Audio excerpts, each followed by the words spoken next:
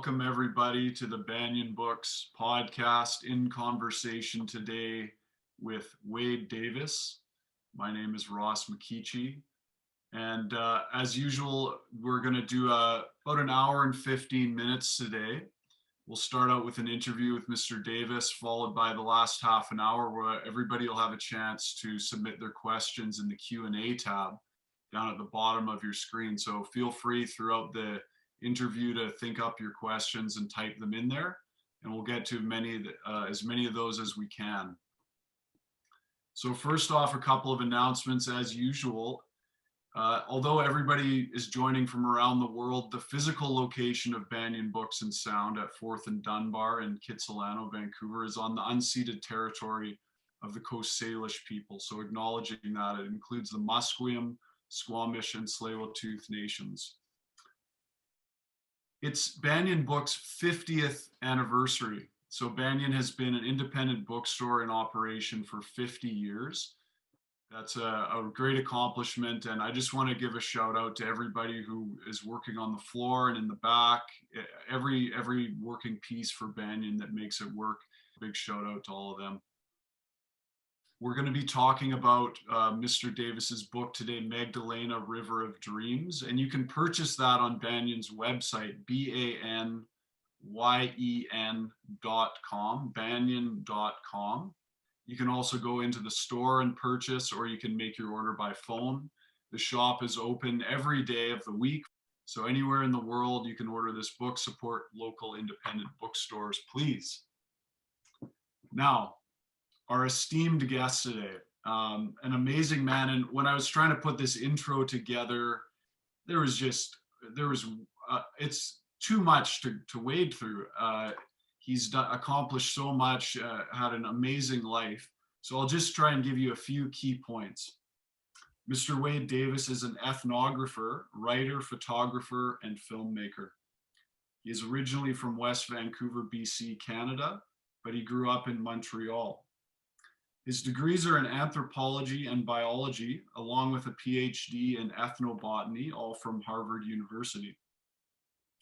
According to David Suzuki, our guest today is a rare combination of scientist, scholar, poet, and passionate defender of all life's diversity. He's an explorer in residence, or was an explorer in residence at the National Geographic Society, and they also named him as one of the explorers of the millennium.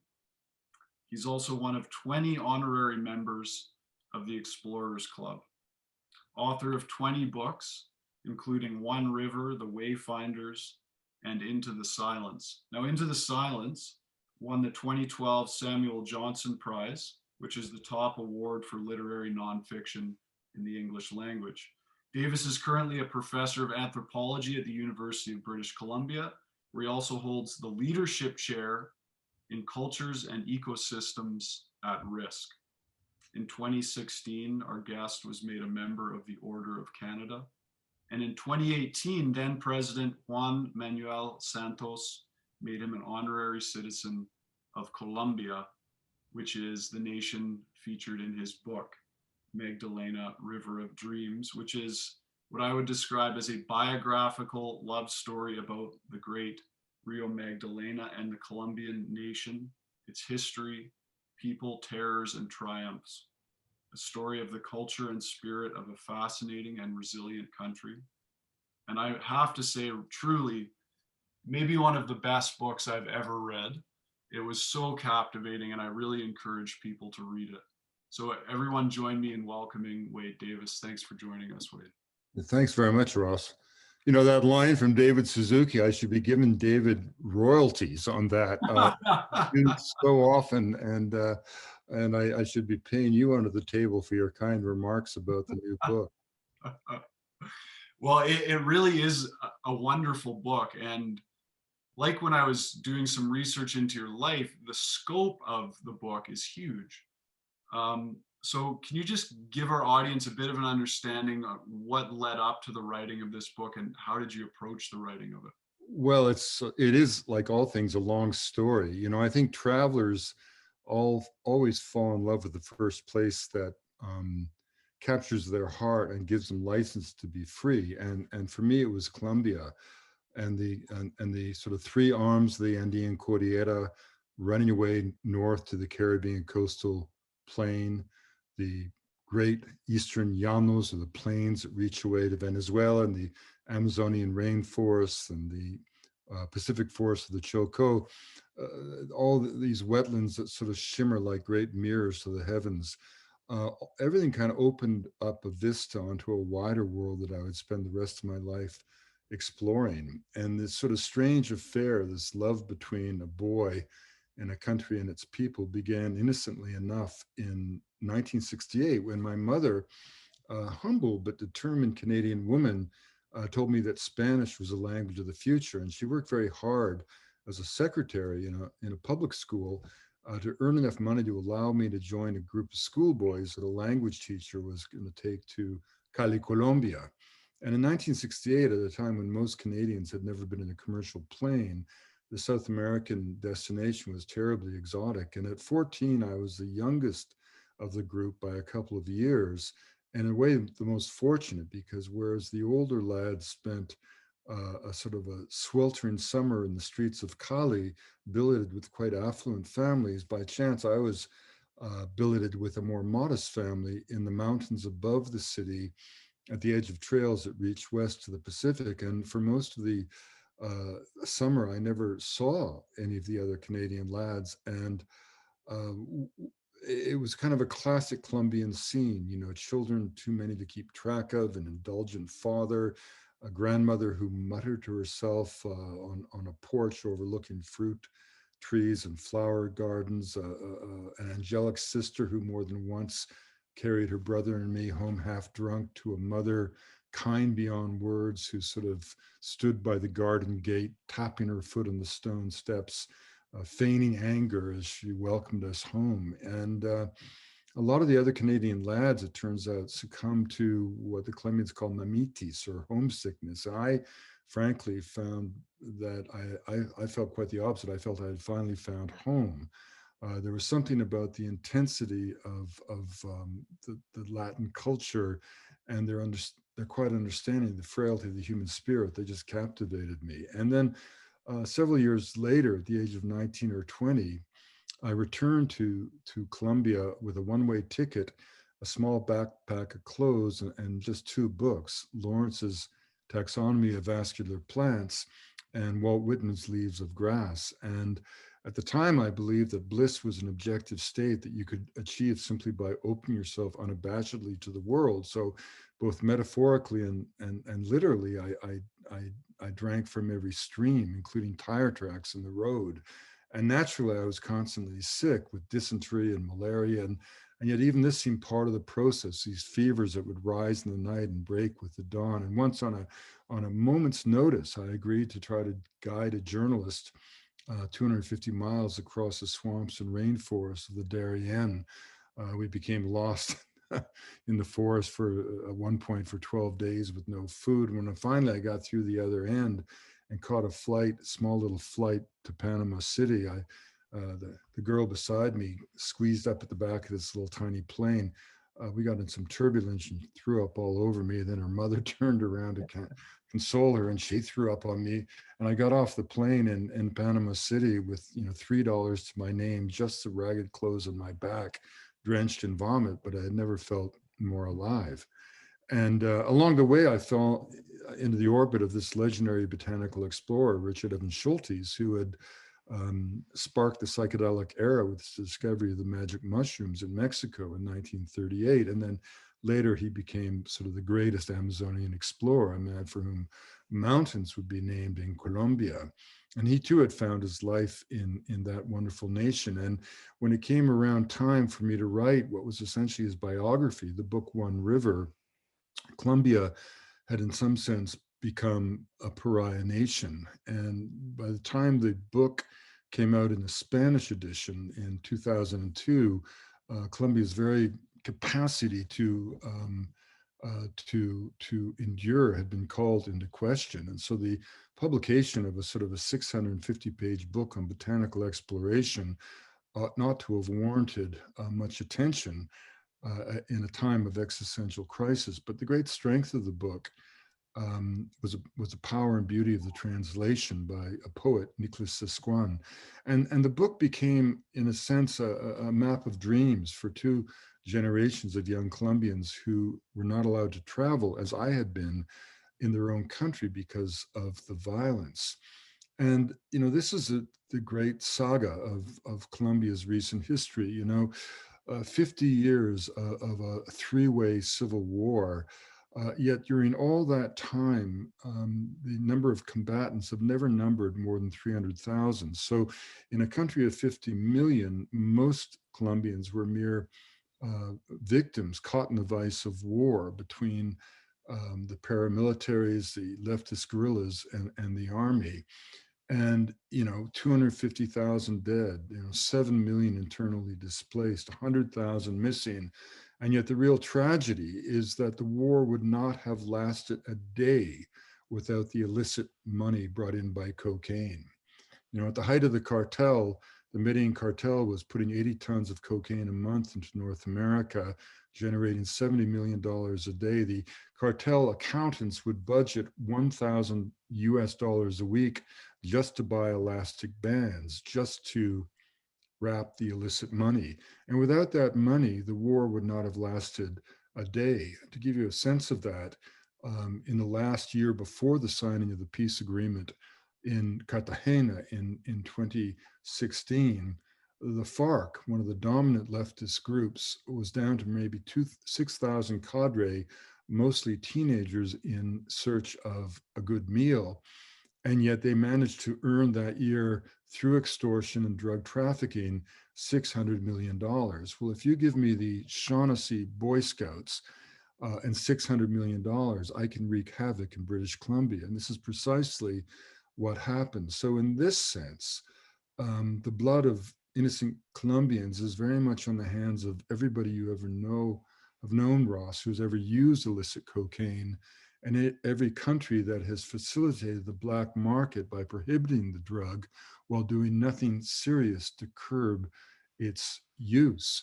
Imagine how Americans would feel, for example, if Canada had patterns of drug consumption in bars and boardrooms across the country, such together with laws and that kept alive the black market, such that 85 million Americans were forced to flee their home or their country. Well, that's exactly what happened in Colombia. And yet through all those years, Colombia managed to maintain civil society and democracy, green its cities, create millions of acres of national parks, seek restitution with indigenous people, and like any other nation state, and kind of pave the way for an economic renaissance as two generations of young Colombians forced to flee the country are now returning with skill sets acquired in distant capitals in every conceivable endeavor. Well, the book One River was very warmly received in Colombia because it exposed those cruel hypocrisies, even as it painted a portrait of a country in total defiance of the dark cliches. And the truth is that Colombia is not a place of violence and war. It's a land of colores y cariño, colors and love, in which the spirit of the people have managed to survive, especially because of who they are. It's a topography of their character that has allowed them to endure such abuse and such outrages. We always talk about Colombia as being sort of the source or the origin point of magical realism, which is seen as its great gift to Latin American literature. But Gabriel Garcia Marquez, or Gabo, was actually a functioning and practicing journalist all his life. He was an observer who just happened to live in a land where heaven and earth come together on a regular basis to reveal glimpses of the divine. There is no place in Colombia more than a day removed from every known ecological niche to be found on planet Earth. Cities that for much of their history were separated one from the other and connected only by the tracks of the muleteers, the arrieros, who brought the produce from the highlands to the river and from the river back up into the highlands. And this is sort of the essence of the Colombian spirit, infused by a deep spirit of place in a homeland that's the most bountiful in the world, the greatest geographical diversity, ecological diversity, and of course, the greatest biological diversity, except for Brazil. And of course, Brazil is a much bigger country, but Colombia has more species of birds, for example, than any other place on Earth. And the defining feature, if you will, of Colombia is the Rio Magdalena. It runs south to north, the length of the country.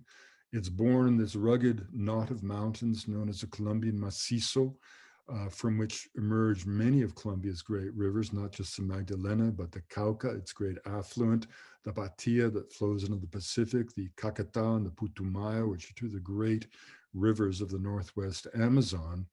And then the Magdalena runs the length of the country, but also out of the Macizo emerge the three great arms of the Andean Cordillera, which creates such diversity as they run away to the Caribbean coastal plain. And the Magdalena itself, like the Mississippi, its shadow to the north, is both a corridor of commerce and also a fountain of culture, the kind of the source of Colombian poetry and prayer and music and literature. In dark times, it has been the cemetery of the nation, a slurry of the shapeless dead, but always it returns, always it maintains its loyalty to the people, always it flows. And to a great extent, this valley, where 4 out of 5 Colombians live, a valley that generates 80% of the national wealth, that encapsulates the entire history of the nation. This valley is Colombia. Colombia is a gift of the Rio Magdalena, and the Magdalena is the story of Colombia. So I set out to really write a biography of a nation through the metaphor of its greatest river. And the actual field work over 5 years was sort of sociology inspired by serendipity. I traveled every corner of this immense valley drainage, and I would just go to a place and wait around until I met somebody who had something to say that the world needed to hear, which, as Hemingway said, was the essence of good storytelling. And along the way, the constant refrain was, for to heal ourselves, we must heal the river. To heal the river, we must heal ourselves. And I realized the extent to which not just the river was enmeshed in the identity of the Colombian people, but Colombia as a nation state is the only country I can name literally born of a vision of natural history. We forget that while George Washington was liberating a little sliver of land on the Atlantic coast of what became the United States, the great liberator, Simon Bolivar, in a war that lasted twice as long as Washington's fight with the British, Bolivar would ride 75,000 miles, liberating not a coastline, but a continent. And in his saddlebags were the maps and journals of the great naturalist Alexander von Humboldt. Humboldt spoke of the Americas through the metaphors of, a universe of nature, but Bolivar made those metaphors real. And so the country was born of a vision of its beauty.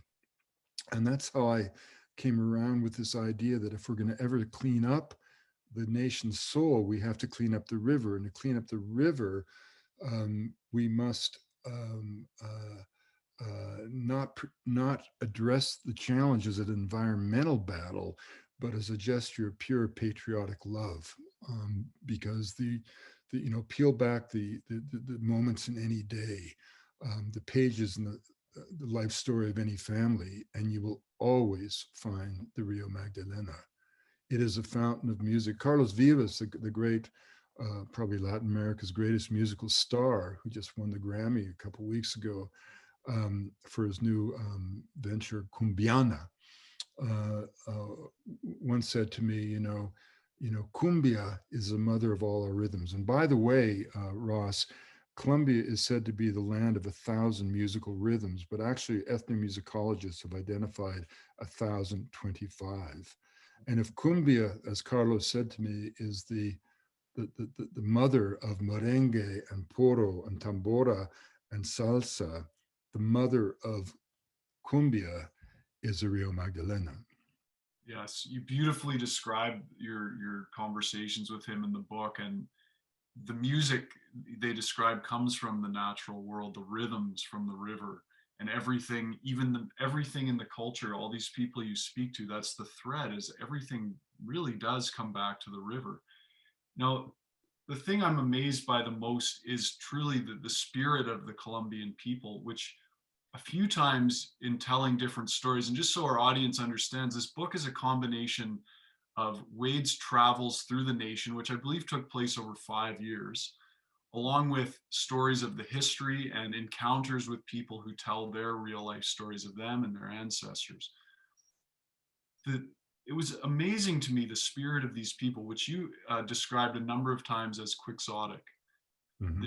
This uh, um, wide vision that they would have to accomplish almost impossible things.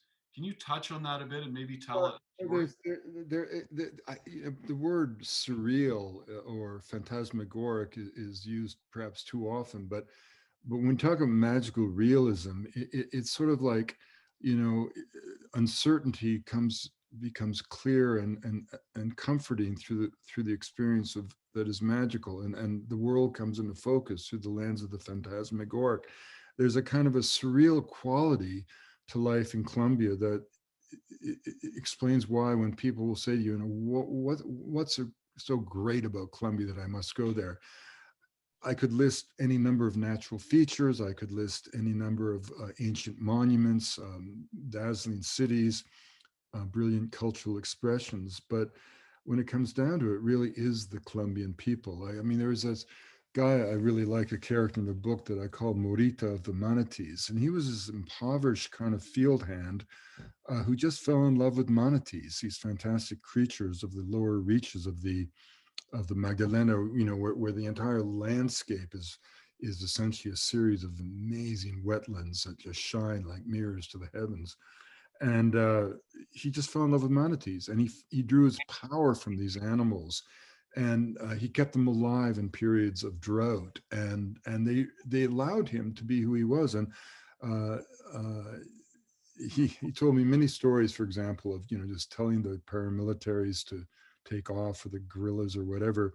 But at one point, I was with him around a small wetland, and he remarked that he and the local school children had collected and found 75 distinct species of butterflies around that small little wetland. And I sort of said to him, you know, carajo, hombre, 75 butterflies, that's, you know, a third that we have in all of Canada.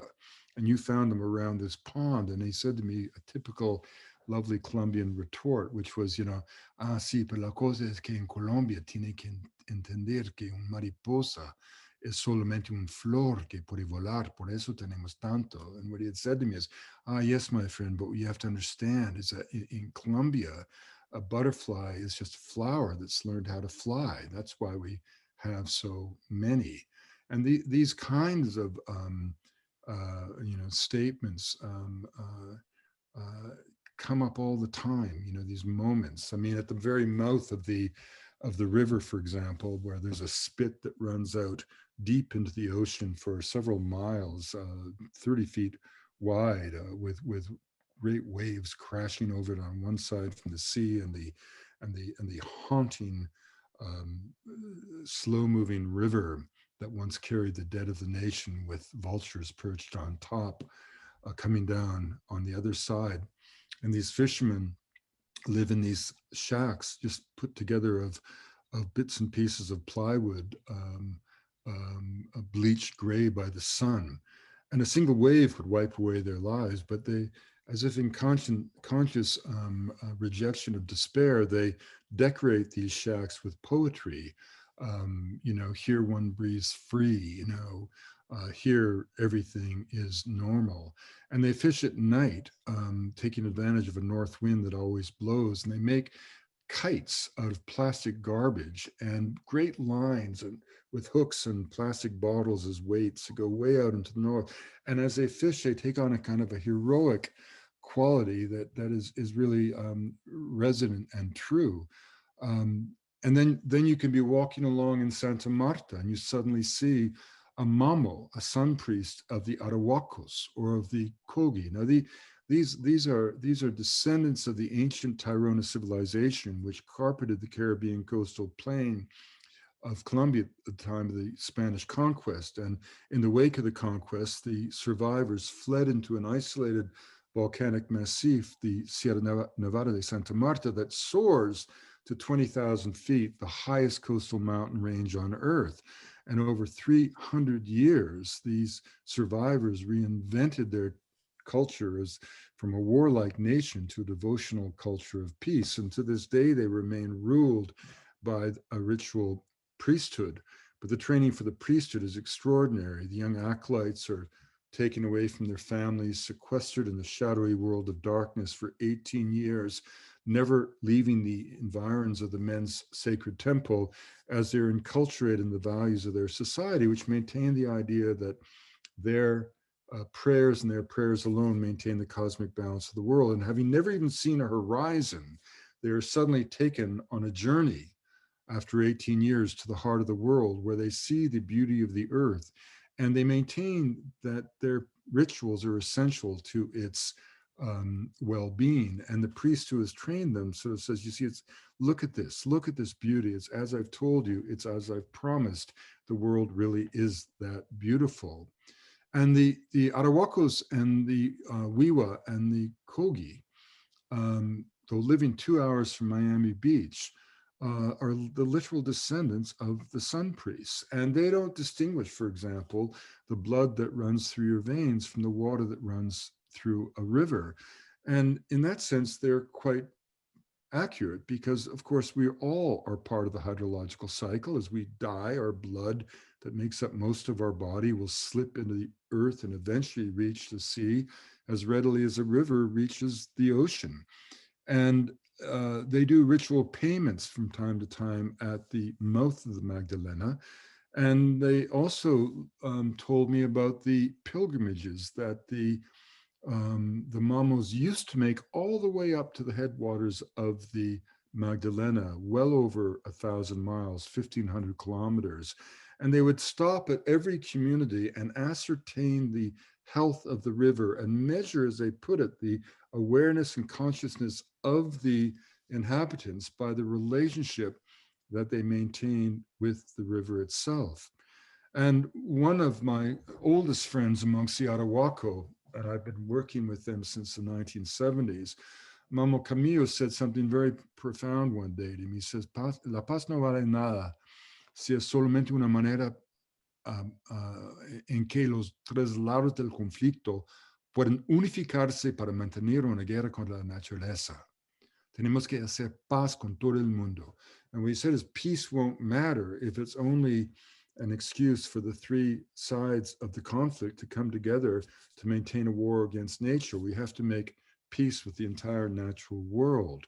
Well, you know, it's interesting how these ideas keep coming up. We met a fisherman in the town of Nueva Venecia, which is one of the floating fishing villages and one of the biggest of the wetlands, this vast inland sea called the Ciénaga Grande de Santa Marta.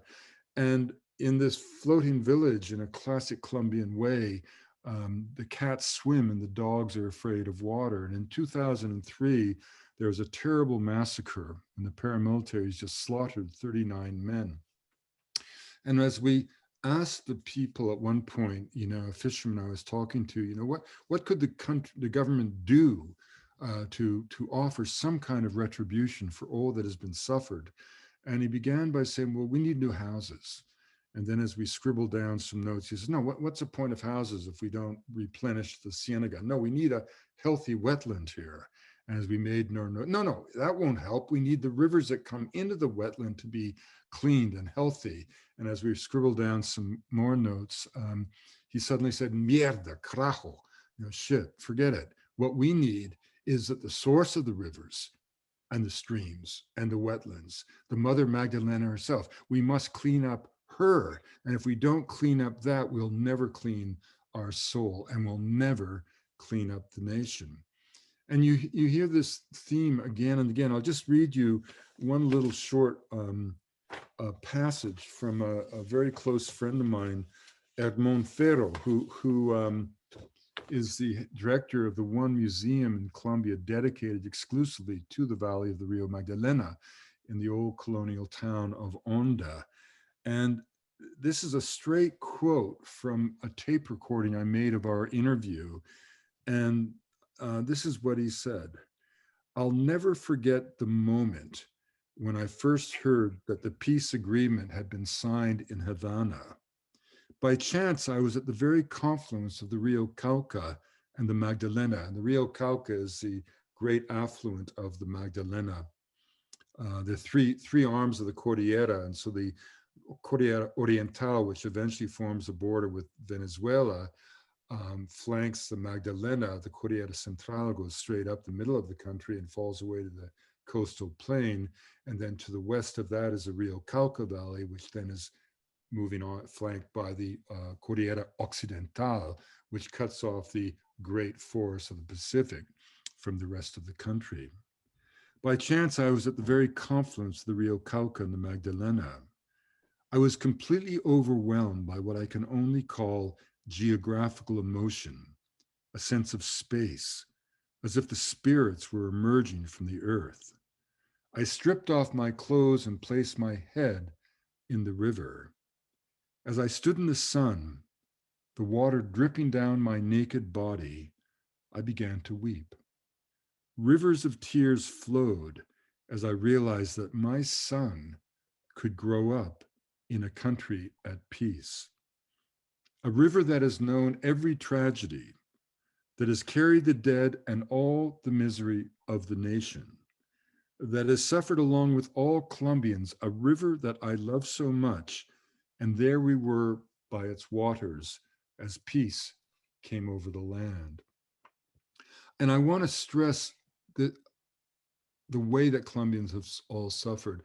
You know, you can be at dinner in Bogota with friends and it's very gay and happy, but someone will suddenly say, well, my uncle was killed by the FARC on that Paramo. And someone else at the table will say, really? My sister was held up there, held up by the FARC too. She luckily escaped. And they comment like this as if they've just discovered that their relatives went to the same boarding school together.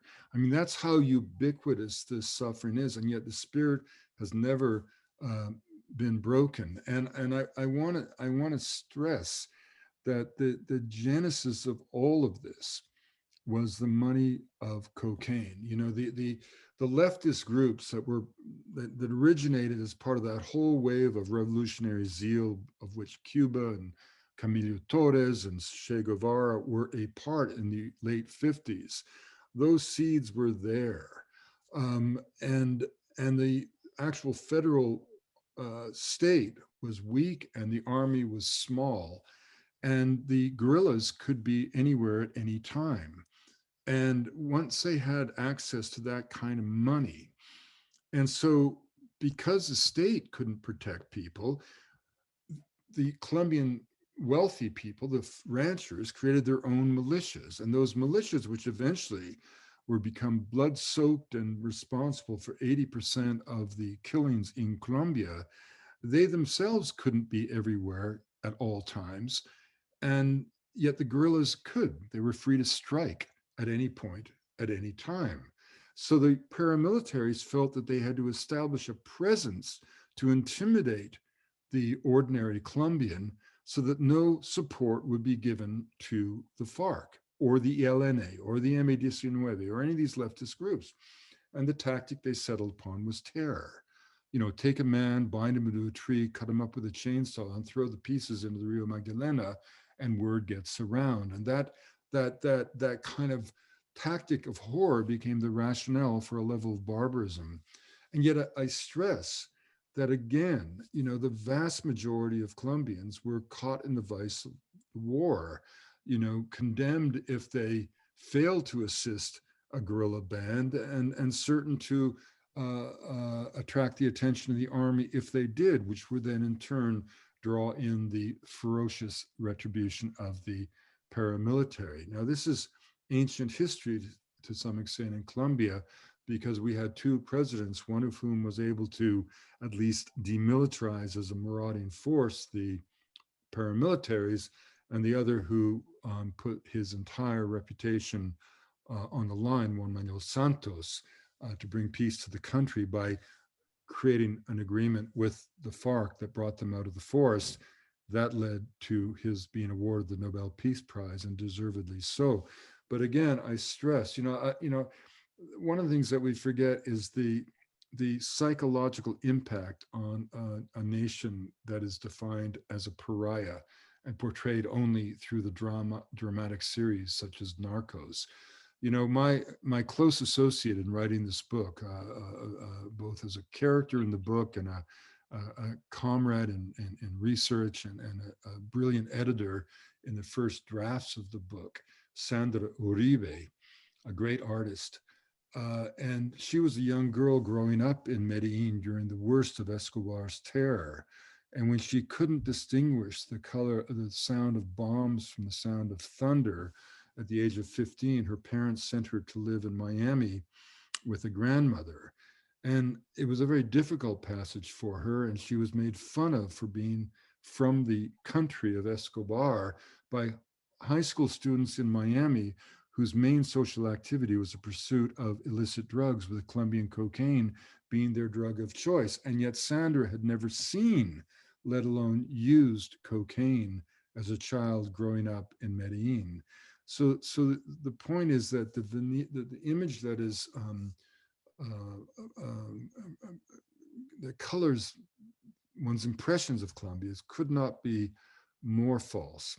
And it is simply outrageous that the country whose consumption of cocaine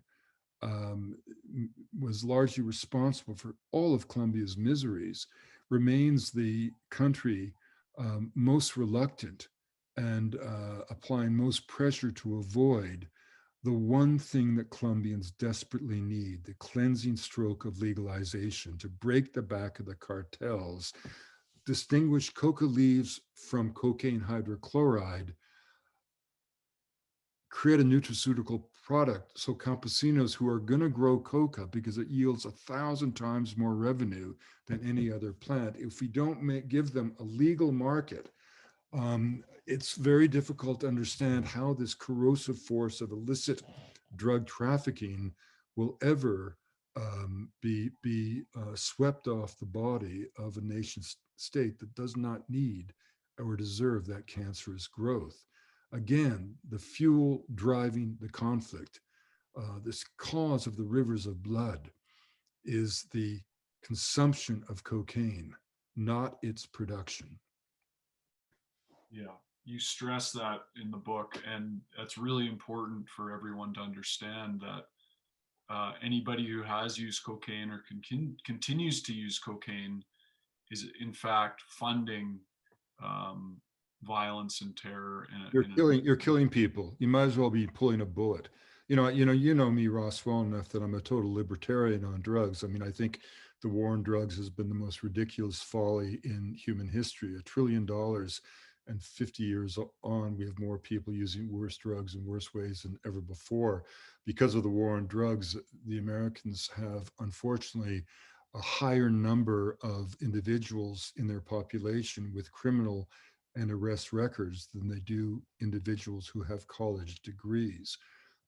And the war on drugs began as a political maneuver by Richard Nixon to cleave the hippies and the blacks away from his so-called silent majority. And Ehrlichman books make that very clear.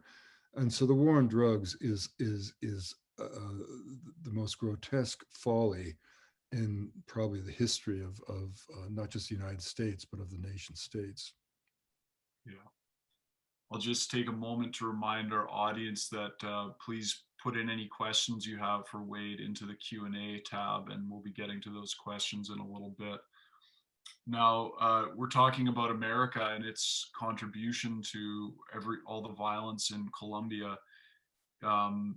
Bringing it to another topic, present day, you wrote an essay for Rolling Stone titled "The Unraveling of America," and I had a chance to read that last night, and it's a wonderful essay. And as you were telling me before the interview started, maybe the most widely seen article that Rolling Stone's ever put out, with a huge reaction from people. Can you tell us a bit about it? Yeah, it had a bizarre impact. I mean, you talk about going viral. Well, it trended on their site, #1 or #2 for 5 weeks, and attracted 5 million readers on the site. But on the internet, it generated, as of more than a month ago, 362 million social media impressions of people, sharing it. And Almost the population of the US. right. And visitations to my Wikipedia site, you can monitor all this stuff. I didn't know until this happened. Went from about 150 a day to 4,000 a day. It just hit this nerve. And it wasn't an anti-American polemic by any means. It was a love letter to America, but in the guise of an intervention, in the sense that the only way you can, turn around a family member is showing them a mirror to see how far they've fallen, and that's the first step on the path of rehabilitation.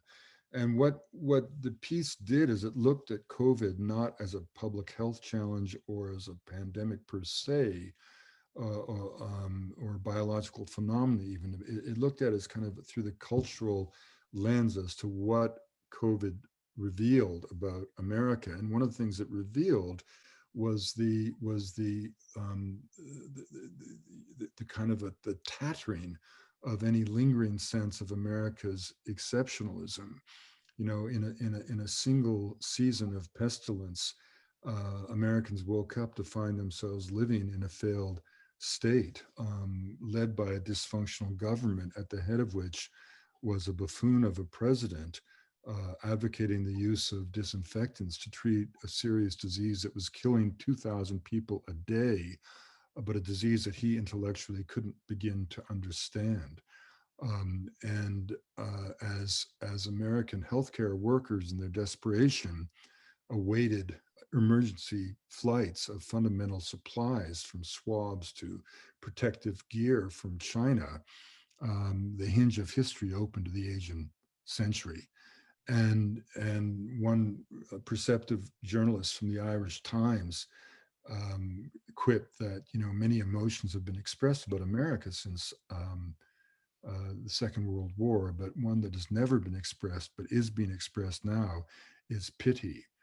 And I tried to trace the unraveling of America, in the wake of World War II, a war that was won by American industrial capacity. I mean, the scale of it is just astonishing. I mean, one factory in Detroit made more tanks than the German Third Reich.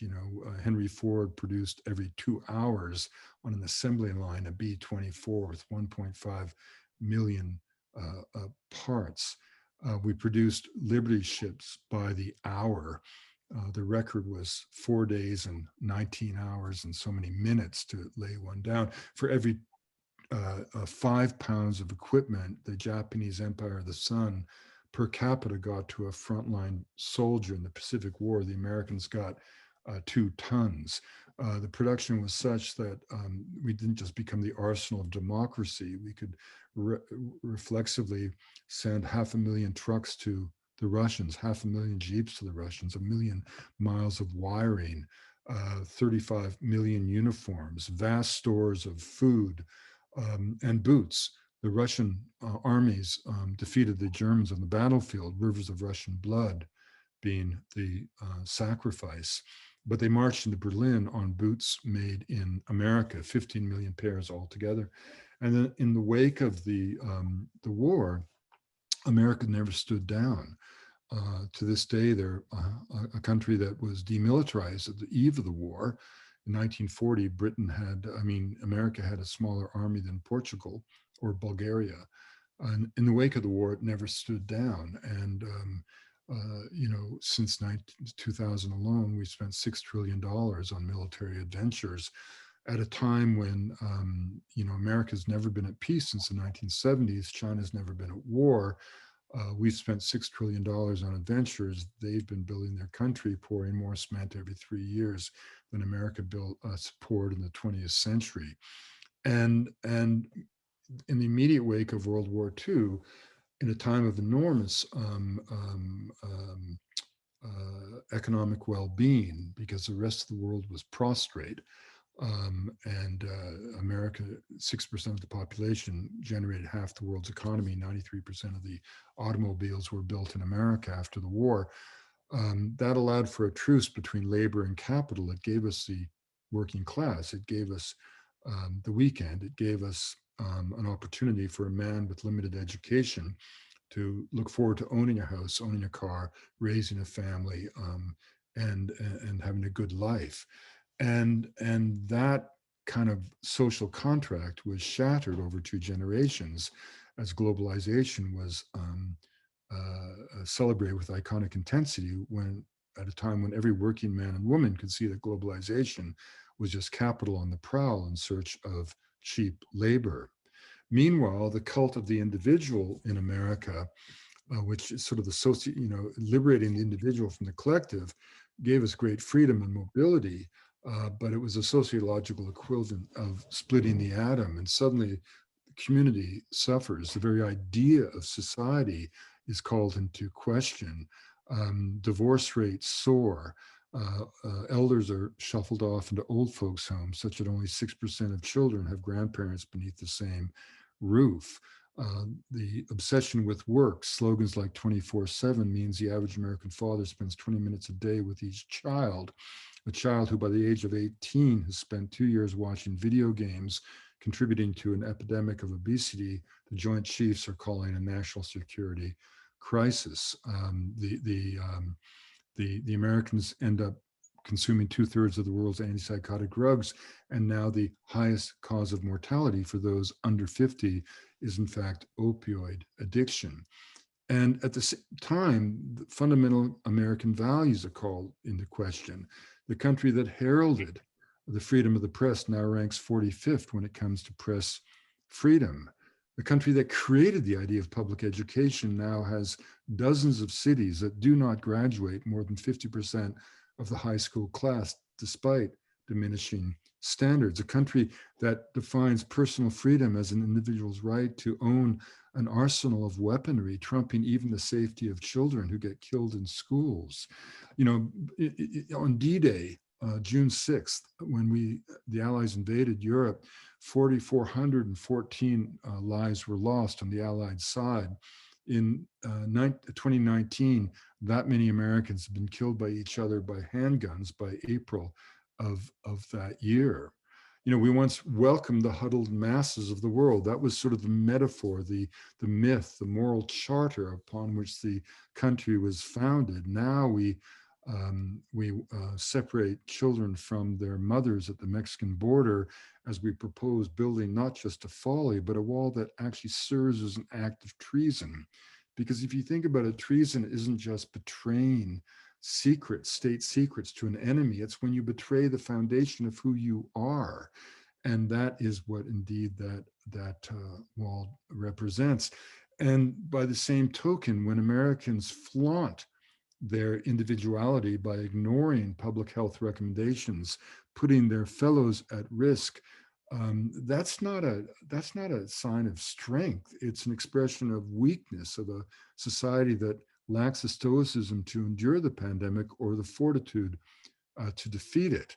And when both in 2016 and 2020, up to 70 million Americans chose to elect Donald Trump, voting really their grievances, because everybody knows the man has no credentials for the job. All he had going for him was his willingness to rationalize the grievances, indulge the hatreds, and target the enemy is real and imagined. And when a people take their precious right to vote that casually, I think it's a sign of incredible decadence. And the truth of the matter is, empires are born to die. Every kingdom fails to anticipate its demise. The 16th century, the 15th century rather, belonged to the Portuguese, the 16th to the Spanish, the 17th to the Dutch, the 18th to the French, the 19th to the British. And the British Empire reached its greatest geographical extent in 1935. But we now know, of course, that the economic viability of the empire had slipped by the Diamond Jubilee. And of course, the empire was bankrupt and bled white by the Great War. So this isn't to say that one looks forward to the end of the American era, given the values that inspired the world, and given what awaits us if the weight of history and the hinge of history does open to a Asian century, with China's record on human rights, its record on issues of democracy, press freedom, the legitimacy of ethnic minorities, its Orwellian use of social capital to measure degrees of orthodoxy amongst its people, traits that perhaps a nation that favors stability beyond all other qualities maybe understood to indulge. But I certainly will be nostalgic for the best years of the American century. The end of America is no time to gloat. It's nothing to celebrate. A country that saved civilization literally with its industrial might during World War II, the country that gave us Lincoln, who called for charity towards all and malice towards none, Washington, who famously could not tell a lie, the visionary documents of Monroe and Madison and Jefferson, all the complexities of the American experiment led in turn to this man who cannot recognize the truth, who practices charity for none and malice towards all, this bone spur of a warrior, this buffoon of a president recommending the use of disinfectants to treat this disease. A man who lies reflexively as he breathes the air. And yet the haunting thing about America today is that 70 million Americans voted for him in 2020, 8 million more than voted for him in 2016. If you look at the electoral map of the country, the chasm is so broad. The blue states, with the exception of the handful of states that we paid such close attention to, Georgia, North Carolina, Virginia, Pennsylvania, and Michigan, all the other states were either won by one side by huge pluralities, or the other by huge pluralities. So there is this sort of chasm that's going to be very difficult, I think, for the states to bridge. And one of the problems is that they have lost sense of their own common space. I tried to explain this by using an allegory from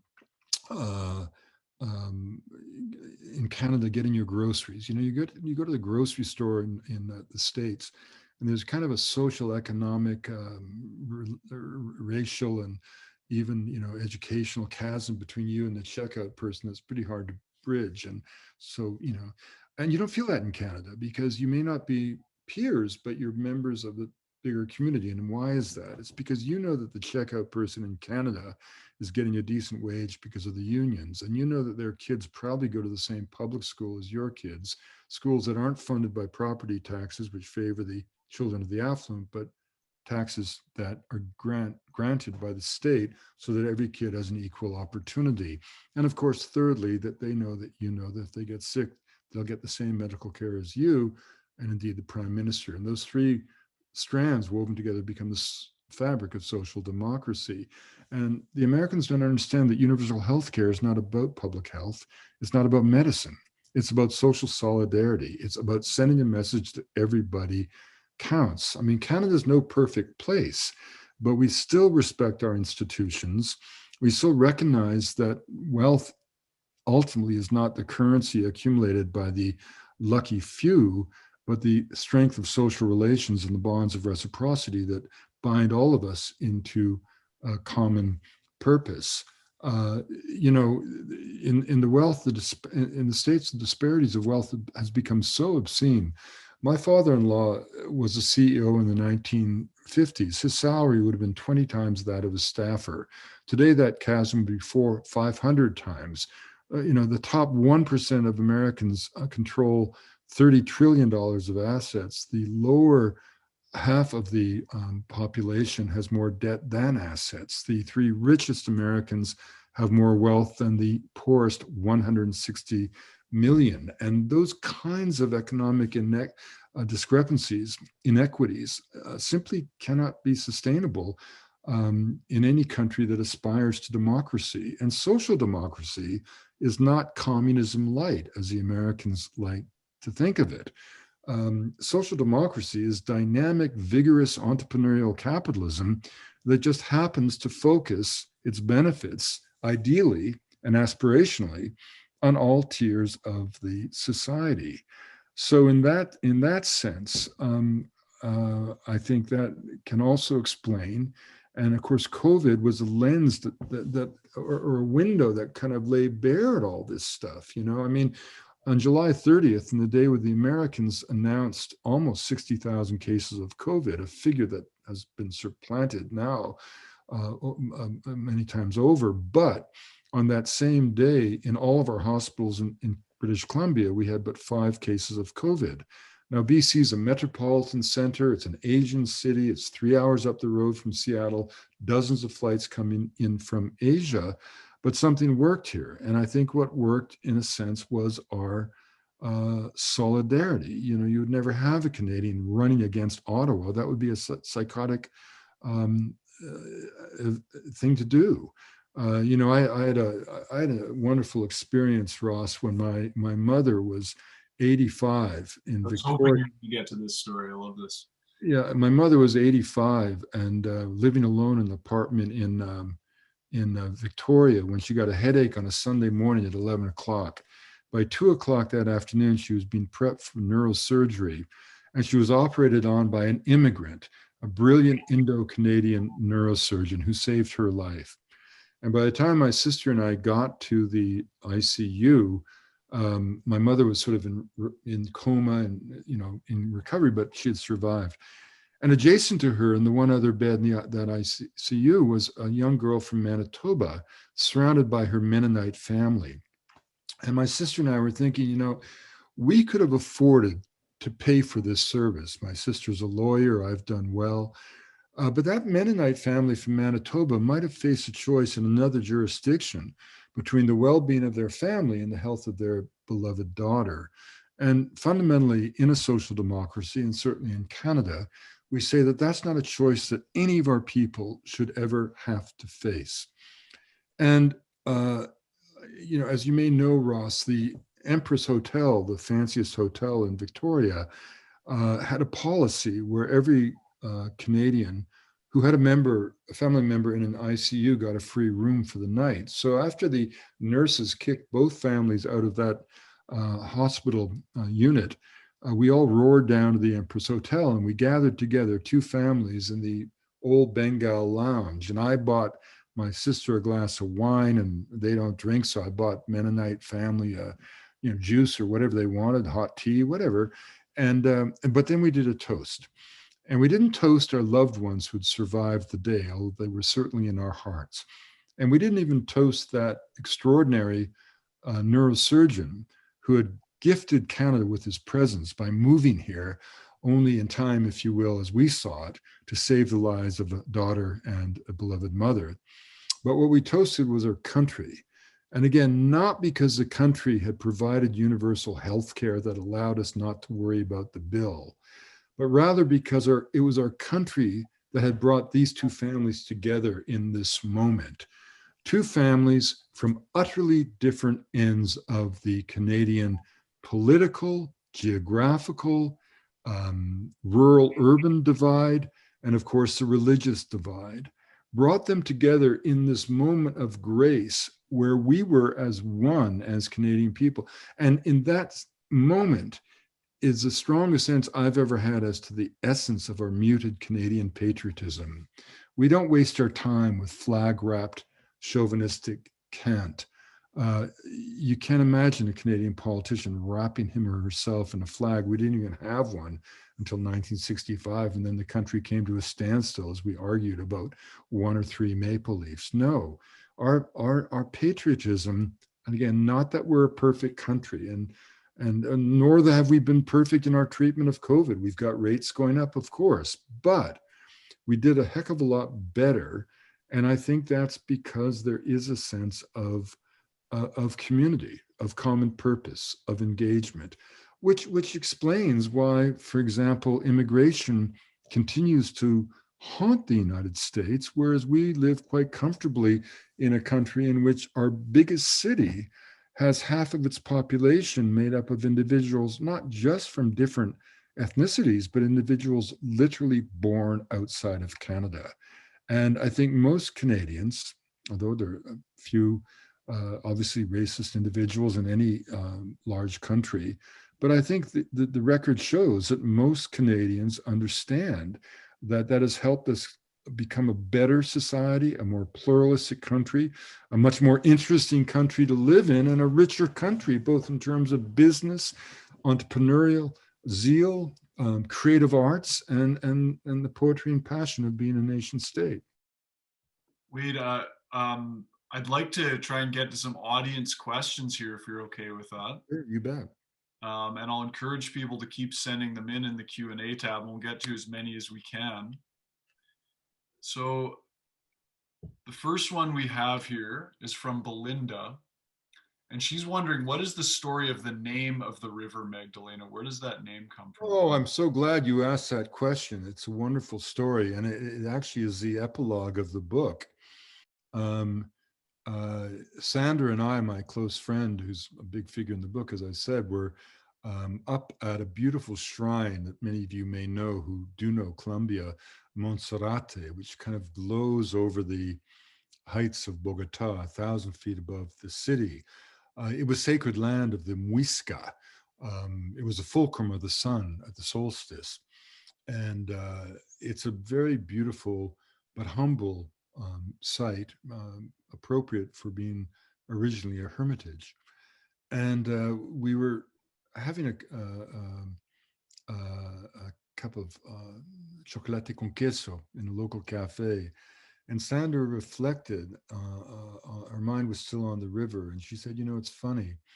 We call this river the Rio Magdalena, which was perfect for what the river was and what it can still be, but strange because at the time it was named, Maria Magdalena, she said, had a less than stellar reputation. And of course, in the 6th century, Pope Gregory, in a notorious sermon, had depicted Maria Magdalena as a woman of the night, a prostitute who only through the good grace of Jesus was allowed to sort of serve him and wipe his feet with her hair and soak them with her tears. But as Sandra pointed out, there was a repentant prostitute in Christ's entourage, but her name was Mary of Bethany. And for 1400 years, the church had focused its contempt and its zeal on the wrong woman. And the truth of the matter is Maria Magdalena was neither mother, neither wife, nor woman of the night, who was his most devoted companion. She was with him in his death, at his side in his resurrection. She was honored by him to carry the word of the glory of his resurrection to the side of God. And she was in every way, as her name would suggest, Magdala, meaning in Aramaic, the watchtower. She was indeed the watchtower of the world. She was a tower of strength in the early years of Christianity. And she was, in fact, the apostle of all the apostles. And it was only in 1969 that the Roman Catholic Church removed the scarlet letter of sin from her chest. And only in 2016, the year of the peace agreement, that Pope Francis finally acknowledged her for what she was, the apostle of the apostles, as Jesus said, the one and only. And as Sandra told me that story, she said, and it's just like our river. You know, for years we abused it and took it for granted and soiled its water. And but think, in the case of Maria Magdalena, you know, billions of people now, be they Eastern Orthodox, Lutheran, Anglican, or Roman Catholic faith, revere her as a saint. And Sandra said, it's just like our river. Why can't we do the same for our river to transform its destiny with our tears, with our prayers? And in doing so, we will transform our lives and heal our souls. And as she told me that story, right at that moment, a small yellow bird landed at our table, pecked at the crumbs, and then darted off into the cloud forest. And that's how the book ends. Not a doesn't give away anything. It's still a really good book to read just because you know the ending, folks. Please get this book. Yeah, So, we're not talking about a mystery story here. a mystery story. That's right. Now, the next question is from Anna, and she says, how do you think the new generations of Colombians have inherited or experienced the collective trauma of the height of violence? I think that's a really important question on both multiple levels. You know, there is a very active and earnest reconciliation process in Colombia, and you know, it's one of these things where, you know, Colombians are so exhausted by war, and the conflict will still it won't, it's complicated, but peace will never be broken as it had been in the previous years. But you know, again, the psychological impacts of being treated like a pariah nation.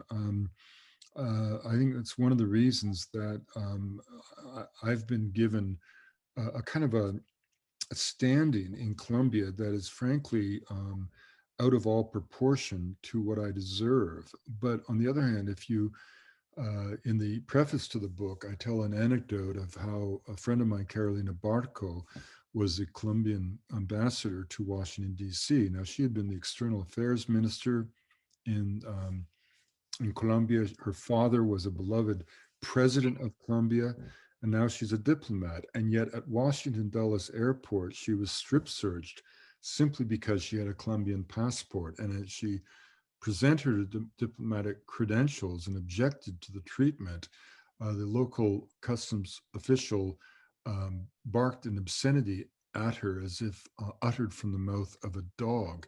And if that's the way that the American customs, for example, treats the highest representative of the Colombian nation, imagine how a young Colombian feels when they're traveling around the world and being seen as if they're nothing more than coming from a land of drugs and violence and cartels and all the nonsense you see on Netflix.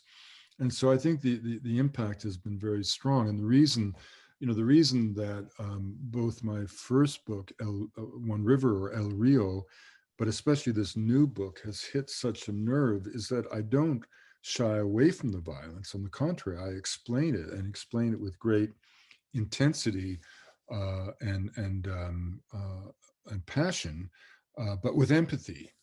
And there are passages in this book that are hard to imagine that they actually happened, but they did. But at the same time, I'm painting a picture of the full complexity of the nation, and for that, Colombians are I think very grateful. Um, you know, my book One River was selected by the National Library as one of the first of 25, the first 25 of the 200 books that will be selected as the most important books in the history of the country for the 200th anniversary of independence. And because of this sort of position I have, I have a responsibility and an opportunity. And I think in many ways, as I said to Ross earlier, the book Magdalena is an important book because it's not a travel book, and it's not just a biography. It's like a mirror that holds, it explains the world, but it also holds a mirror to the Colombian people themselves, celebrating and revealing so much that's wondrous in their lives. And the biggest enemy of peace is pessimism and despair and negativity. And anything we can do to inspire Colombian peoples to recognize, as you know, again, as Lincoln said, the angels of their nature, can only help a peace process that's delicate. But now, peace process is delicate for a couple of reasons. Still, the poison of cocaine remains. Secondly, prices of oil dropped, Colombia's main source of foreign exchange, at a time when the implementation of the peace agreement of 2016 had a price tag of $45 billion.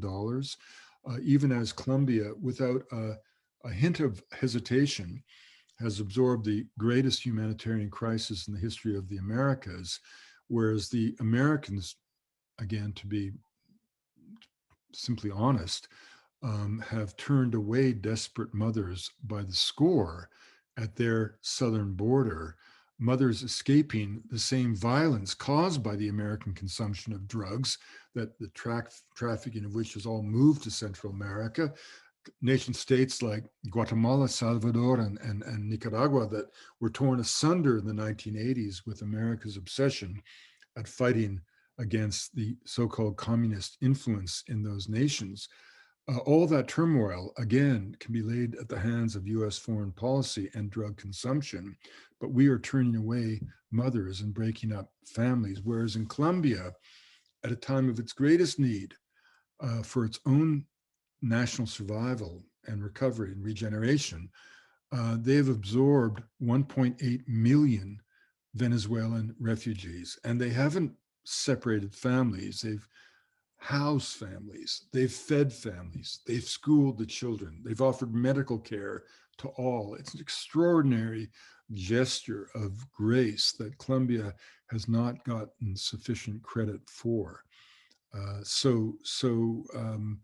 You know, anything we can do to support the Colombian people in their complex walk towards peace and a better time for the young, we really have to do. The next question we have is from Arnim, and he's saying, what is the biggest new threat and opportunity for Colombia as a new world is evolving? New threat and opportunity. Well, I think the great opportunity for Colombia is, as a nation awakens to its greatest national strength, which is the land itself, the mountains, the rivers, the paramos, the endless forests of the Amazon. Look, if there's one peace dividend coming out of this 50 years of conflict, it's the fact that much of the country, which is a vast country, was off limits for industrial development because of the conflict. And so, whereas a neighboring nation like Ecuador that made choices about its eastern lowland forests in the 1970s, when I was first there, developing oil extraction, building pipelines, encouraging colonization, leading to deforestation, such that today those forests have been torn asunder. The Colombian Amazon, though now imperiled, remains essentially a roadless expanse of the most beautiful forest in the Amazon basin, and it's roughly the size of the country of France. And so, as Colombians were free to move in the wake of the peace agreement, they've woken to the realization that peace has given the nation a reprieve and an opportunity to chart its way forward, making decisions informed by 50 years of scientific research as to the importance of biodiversity and the importance of cultural diversity that simply wasn't available to the Ecuadorian governments of the time when they made those fateful decisions that determined the plight of the Oriente of Ecuador. So this is what Mamo Camillo said, everything hanging in the balance. It is time to make peace with the entire natural world. And one of the encouraging things in Colombia is that um, these two issues, biological diversity and cultural diversity, are being recognized in a way that they simply weren't before. I mean, even when I was a young student in the 1970s, if parents of my friends would learn that I was going up to live with the Arahuacos in the Sierra Nevada, they would say, ¿Por qué quiere vivir con la gente sucia? Why do you want to live with the dirty people? Well, now the last 5 Colombian presidents before Duque, as a first gesture before taking office, have been to fly to the Mamos to pay homage to what they represent as symbols of continuity and peace, speaking from the heart of the world about our need, not just as a species, but as a Colombians, but as a species, to protect the natural world. And even the two sides of the conflict, if you will, the far right and the far left, are coming together in many areas to protect the landscape, which people, and this is why we are promoting, in a sense, the Magdalena as a symbol of the country and calling for its regeneration, not as an environmental initiative, more regulations that will only be ignored, but rather as a statement of national patrimony and patriotism. Because if you accept the fact that the Magdalena, that Colombia is a gift of the river, then to rehabilitate the river is the supreme act of patriotism. And by the same token, to continue to abuse the river would be seen, in a sense, as an act of treason. So we're, at least poetically, that's the way we're trying to present this. And of course, one thing that COVID did teach us in a wonderful way is that we're biological beings on a living planet and that the earth is incredibly resilient. Rivers in particular, you just have to leave them alone and they'll come back. So, both the River Hudson, the Hudson River, and the River Thames were in much worse shape than the Magdalena not 50 years ago. And now, of course, they've come back to life. So this is kind of the one of the subtexts of the book. Wonderful. And with that answer, you've answered a few other questions that people have submitted about the process of cleaning up rivers locally here in BC and other parts of the world, and how we can take inspiration from Colombia. One really inspiring thing in your book is you mentioned the groundbreaking legal decision to make, was it the Rio Cauca that was Oh, made? the Rio Atraco. Rio Traco, that was acknowledged as a living entity with legal rights. Yeah, I mean, one of the things that you find in Colombia, the finest universities, the finest institutions of museums and research institutions, the finest Spanish spoken, I would say, in the world, the intellectual capacity, the entrepreneurial spirit is remarkable. And, if this can be channeled for the collective well-being of the nation, almost anything's possible. We're just getting to our time here, Wade, and I want to thank you so much for joining us and leave you with one question to answer, which is just reading this book and looking at your body of work, which I've been aware of since I was a kid. I'm grateful my parents had your books on the shelf, and my bedroom had been the library before I was born, and so there were a few of your books on the shelf. So I've known you for a long time. Looking at your body of work, the adventurous, exploratory spirit that you embody, and the work that you've put out, which unites us in our diversity on this planet. I'm just wondering, what words would you give for anybody listening, but particularly young folks that might look at the world today and feel a sense of hopelessness about what's happening? Could you just impart some wisdom for us?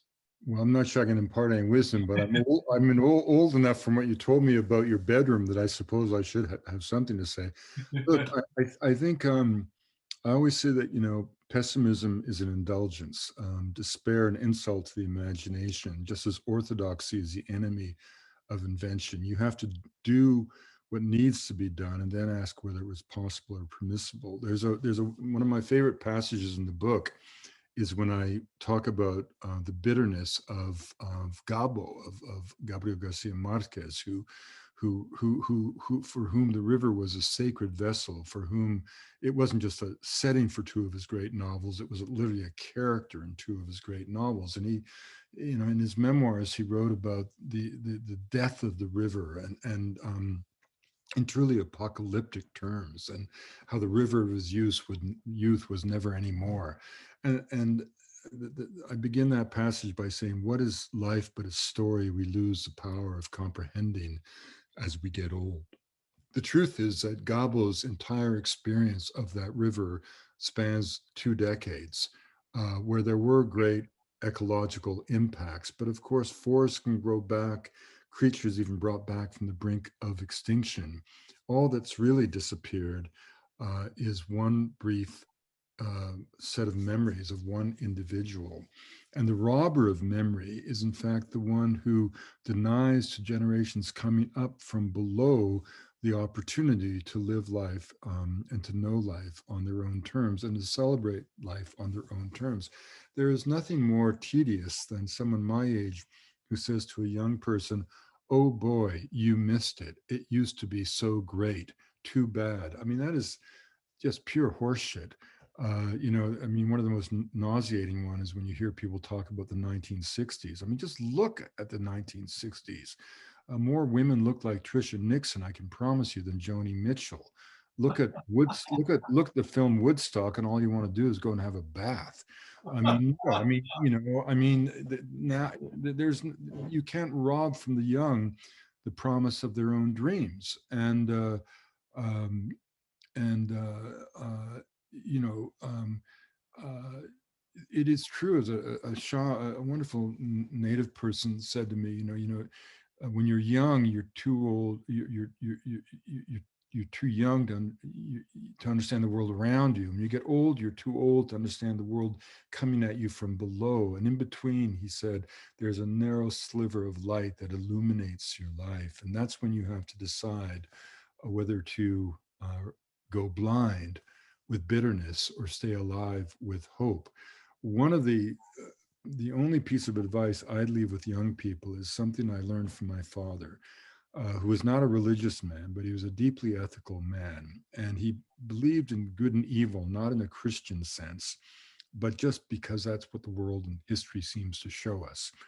And we have this idea in Christianity, the Judeo-Christian tradition, that if we just work hard enough, we're going to vanquish evil.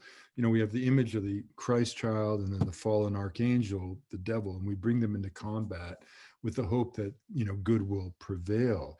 Well, it's very, very different than the Buddhist or the Eastern point of view.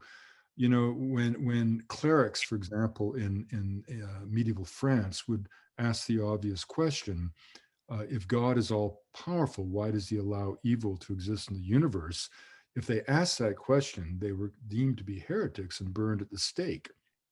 But in the Vedic traditions, when Lord Krishna was asked that very question by a disciple, if God's all powerful, why does he allow evil to exist in the universe? With a wink, Lord Krishna said, to thicken the plot.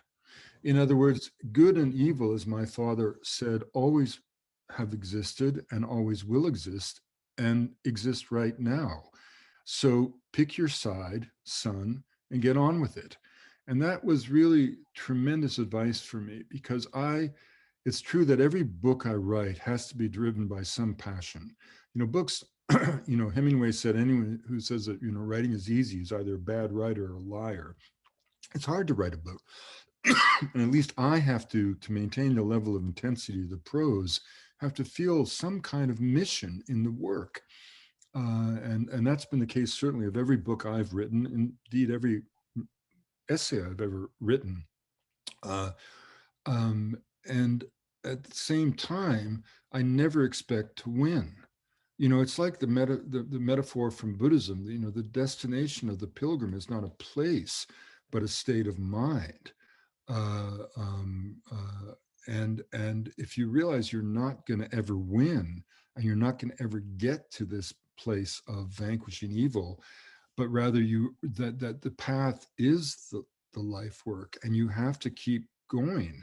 but have no expectations of winning anything. You'll win some, lose some, but you're not on the path to win or to lose. You're on the path because, as my father would say, the path of good is the path of righteousness. And if you embark on that path, you will cross the road of the dark side. But and sometimes it'll nip at your heels, and sometimes it'll beat you down, but you always have to get back up.